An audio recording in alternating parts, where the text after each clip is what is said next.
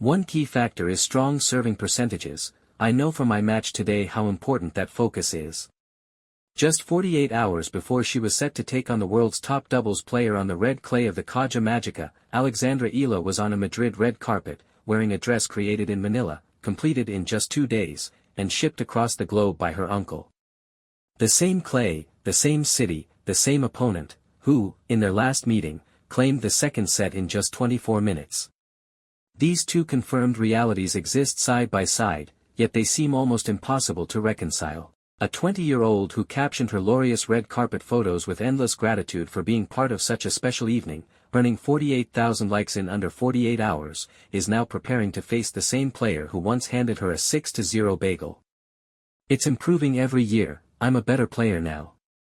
What happens when the red carpet collides with the red clay is the real story here. The gown Eala wore at the 2026 Laureus World Sports Awards at Palacio de Cibeles was a Filipiniana, the Philippines' traditional formal attire. Her uncle, designer Raju Laurel, conceptualized it and delivered it in roughly 48 hours. And yeah, I'm really trying to be less shy. She stepped into a room filled with Novak Djokovic, Aryna Sabalenka, Simone Biles, Eileen Gu, and Nadia Comaneci. I felt like a princess, she later shared. Nadia Comaneci's Lifetime Award speech, I was so moved.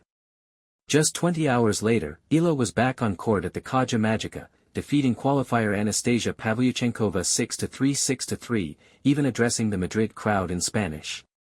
The connection between those two moments isn't accidental. It reflects exactly the type of player Alexandra Eala has evolved into, and it leads straight to April 24th. To truly grasp what Eala is stepping into, you need to understand who Elise Mertens is right now, because the ranking gap, number 44 versus number 21, barely scratches the surface. Mertens captured the 2026 Australian Open doubles title in January alongside Zheng Saisai. She currently holds the world number 1 doubles ranking, owns 6 Grand Slam doubles titles, and reached a career-high singles ranking of number 12. She arrived in Madrid as the 19th seed with a first-round bye, carrying a 12-7 singles record in 2026 and a clay career record of 69 wins to 41 losses, a 62.7% win rate built on precision, returns, and a relentless ability to punish hesitation in the service box. She isn't declining, she's operating at a sharp, dangerous peak. And the history between them isn't neutral. On October 17, 2023, at the Jasmine Open in Monastir, Mertens defeated Eala 7-5 6-0. Eala managed just 9 of 32 second serve points, and the second set wrapped up in roughly 20, only to see Machova win 12 of the next 13 games and take the match. There is vulnerability when momentum shifts, but that same match also showed Mertens can dominate top 10 players early, and that's exactly the kind of start Eala cannot afford to give away. Because that 2023 matchup didn't just end 7-5 6-0. In the first set, Eala actually fought hard, saving match points in the 12th game before Mertens finally broke through. Then came the second set. The question heading into April 24th is whether the player who saved those match points has now become someone who doesn't collapse in the second set at all. Look at April 22nd, it matters more than the score suggests. Eala beat Pavlyuchenkova 6-3 6-3, and the defining number is 76, she won 76% of her first serve points. She saved 5 of 6 break points and broke serve twice in each set. That 76% directly answers the concern raised by Greg Rosetsky, Andrea Petkovic, and Martina Navratilova, her serve. In their previous meeting, Eala won just 52% of first serve points against Mertens, one of the tour's most clinical returners. The serve was already a weapon then, but on April 22nd, it looked completely different. That evolution didn't happen randomly. Ahead of the 2026 season, Eala trained with Rafael Nadal at the Rafa Nadal Academy in Mallorca, a session she described as physically and mentally intense. I was really tired after practice, she said. Rafa's intensity never fades, and that's what people admire most, his work ethic and focus. Experiencing that firsthand was incredible. When asked about clay, Nadal's domain, she was clear, anything I can take from Rafa, I'll take with pride. Now picture April 21st inside Palacio de Cibeles. The room is filled with the world's greatest athletes. Eala is 20, wearing a dress her uncle designed and delivered in 48 hours from Manila. She stands alongside Djokovic, Sabalenka, Biles, and the gymnast who defined perfection, and she fits. She's photographed, quoted, welcomed. The Laureus Committee doesn't invite athletes who don't belong. Her Instagram post from that night, a Filipiniana portrait with a simple caption, pulled 48,000 likes and 589 comments in under 48 hours. GMA News covered the dress story. ABS-CBN shared her Madrid celebration clip. 6 major Philippine outlets published coverage within 24 hours of her first-round win. The Tennis Channel social team asked a rare question: do you remember a women's player receiving this level of support worldwide? Those who followed Eala long before the spotlight, who tracked her through the Bova curse, who celebrated when she snapped an 8-match losing streak against players with surnames ending in Bova, by beating Pavlyuchenkova exactly 1 year after her win over Tomova, already knew what the rankings still don't fully capture. Her 2026 race to Turin position sits around number 15 globally, while her WTA singles ranking is number 44. That gap between ranking and performance tells the real story of her season. And early believers saw it first. Now consider her results against players at Mertens' level. Since that 6-0 set in Monastir, she's beaten Madison Keys at world number 5. She defeated Iga Świątek twice in Miami 2025 when Świątek was ranked number 2. She also beat Coco Gauff at number 4 and Jasmine Paolini at number 8, for career wins over top 10 players.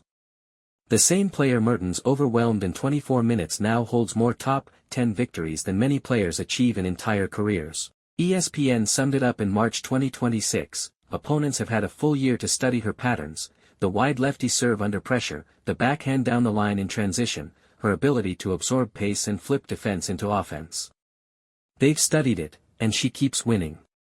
There's one perspective that carries unique weight, not from a commentator, but from someone who faced Eala here, in Madrid, on this exact surface, and needed 3 sets to win. Iga Świątek, then world number 2 and defending Madrid champion, a 4-time Roland Garros winner, said after their 2025 match, where Eala took the first set 6-4 before losing 4-6, 6-4, 6-2, I understand the hype around young players, but you have to stay focused on yourself.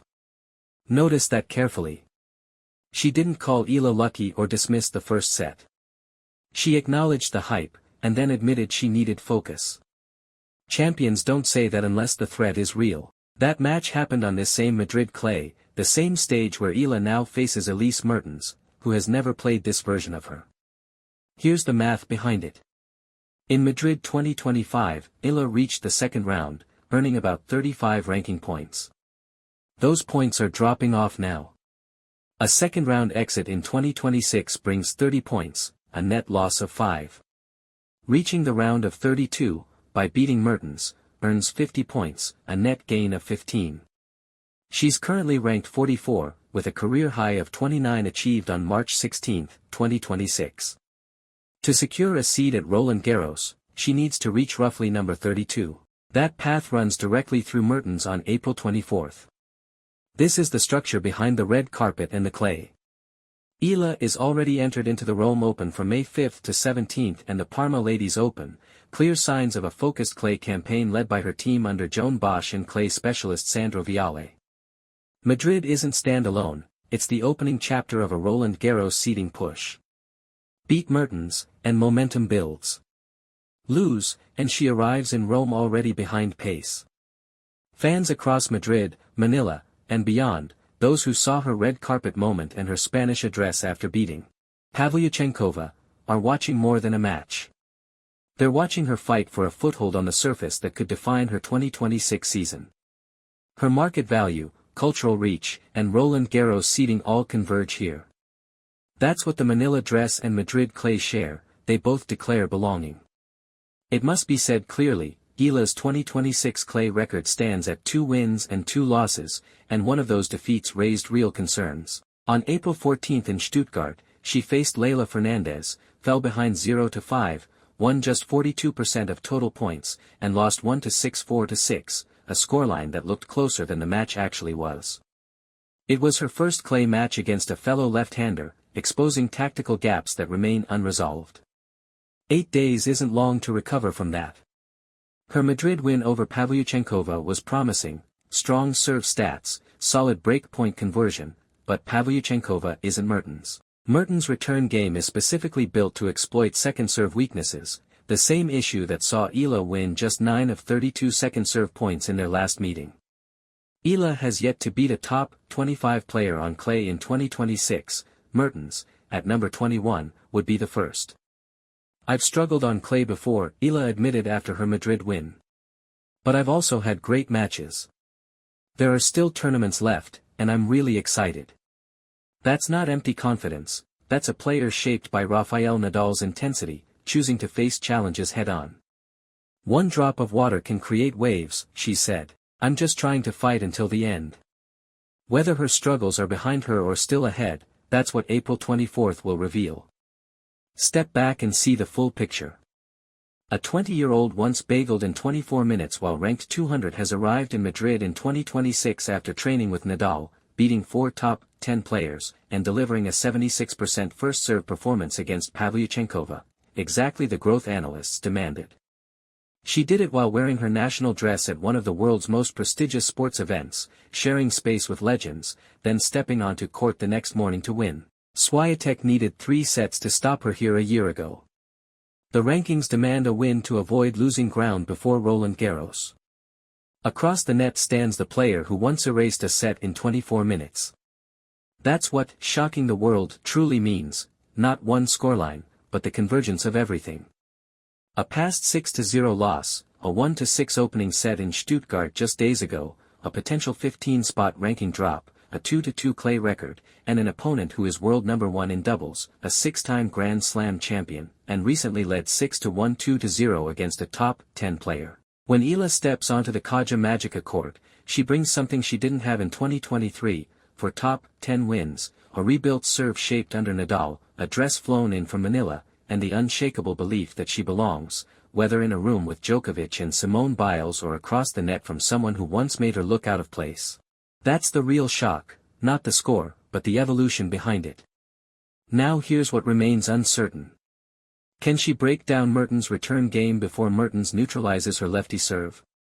Can she push into the round of 32 and begin the climb from 44 toward Roland Garros seeding, or does the campaign stall before Rome, Parma, and Paris?